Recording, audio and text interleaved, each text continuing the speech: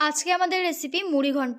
মুড়ি ঘন্ট বানাতে কম বেশি সকলেই জানেন, তবে আজকে আমি আপনাদের একদম সহজ পদ্ধতিতে করে দেখাবো এবং যার স্বাদ হবে দারুণ। মুড়ি ঘন্ট বানাবার জন্য আমি সবার প্রথমে নিয়ে নিয়েছি 200 গ্রাম গোবিন্দভোগ চাল। চাল কিন্তু বারে বারে ধুতে হবে না, একবার জল দিয়ে ভালো করে পরিষ্কার করে ধুয়ে তারপর ভালো পরিষ্কার জল দিয়ে 15 মিনিটের মতো ভিজিয়ে রাখতে হবে।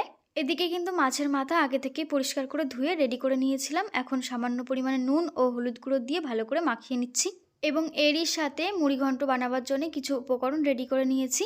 দুটো মাঝারি সাইজের পেঁয়াজ পাতলা করে সরু করে কেটে নিয়েছি, একটা মাঝারি সাইজের টমেটো ছোট টুকরো করে কেটেছি এবং ঝালের জন্য কয়েকটা কাঁচা লঙ্কা চিড়ে রেখেছি।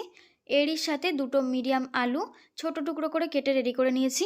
একটা ভাজা মশলা তৈরি করে নিতে হবে। নিয়েছি কয়েকটা শুকনো লঙ্কা, 1 চা চামচ গোটা ধনে, 1/2 চা চামচ গোটা জিরে আর গোটা গরম মশলা। এদিকে কিন্তু আগে থেকেই একটা কড়াই বসিয়ে ভালো করে গরম করে নিয়েছি।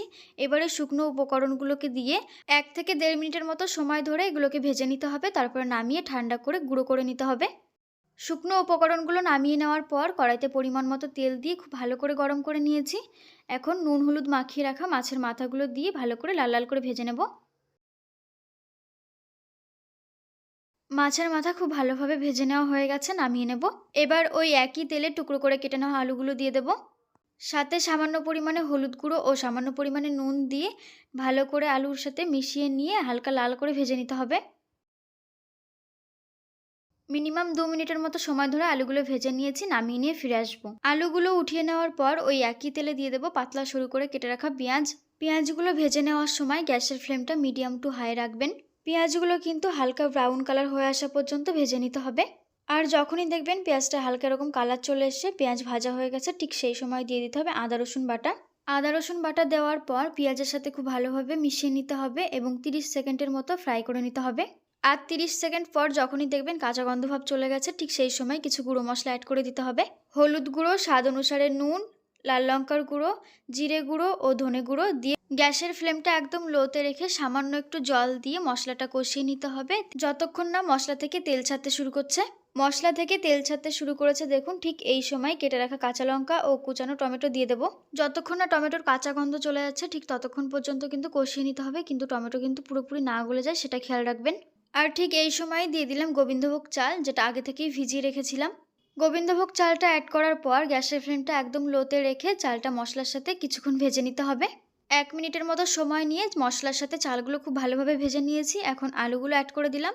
এরই সাথে আগে থেকে ভেজে রাখা মাছের মাথাটাও অ্যাড করে দিলাম, কিন্তু মাছের মাথাটা ভেঙে দিয়েছি। এরপর এই সমস্ত কিছুকে একসাথে খুব ভালোভাবে মিশিয়ে নিয়ে কিছুক্ষণ একটু কষিয়ে নেব। এবারে পরিমাণ মতো জল অ্যাড করে দিতে হবে। আমি 200 গ্রাম চাল নিয়েছি, সেই জন্য 400 ml জল ব্যবহার করেছি। আপনারা 1 কাপ চাল নিয়ে থাকলে সেই কাপের 2 কাপ জল দেবেন, এইভাবেই মাপটা করে নেবেন। এবারে গ্যাসের ফ্লেমটা একদম লো টু মিডিয়ামে রেখে ঢাকা দিয়ে এটাকে রান্না করে নিতে হবে 10 থেকে 15 মিনিটের মতো। 10 থেকে 15 মিনিট পর ফিরে আসলাম। বেশ মুড়ি ঘন্টটা ঝরঝরে হয়ে এসছে। এই সময় দিয়ে দিচ্ছি ভাজা মশলার গুঁড়ো ও পরিমাণ মতো ঘি। এরপর এই সব কিছুকে খুব ভালোভাবে একবার মিশিয়ে নিতে হবে। আমি গুঁড়ো মশলা ও ঘি দেওয়ার সময় চিনিটা দিতে ভুলে গিয়েছিলাম, তাই ভালো করে গুঁড়ো মশলা ও ঘিটা মিশিয়ে নেওয়ার পর স্বাদ অনুসারে চিনি অ্যাড করে দিলাম। এরপর সব কিছুর সাথে চিনিটা খুব ভালো করে মিশিয়ে নিতে হবে। ব্যাস তৈরি আমাদের মাছের মাথা দিয়ে মুড়ি ঘন্ট। রেসিপিটি ভালো লাগলে প্রতিবারের মতো একটা লাইক করবেন এবং রেসিপিটি ভালো লাগলে এইভাবে একবার বাড়িতে বানিয়ে দেখতে পারেন। আশা রাখছি আপনাদের ভালো লাগবে। আজ এইটুকুই, দেখা হবে আবারও নতুন কোনো রেসিপির সঙ্গে। ততক্ষণে সকলে খুব ভালো থাকবেন, সুস্থ থাকবেন। নমস্কার।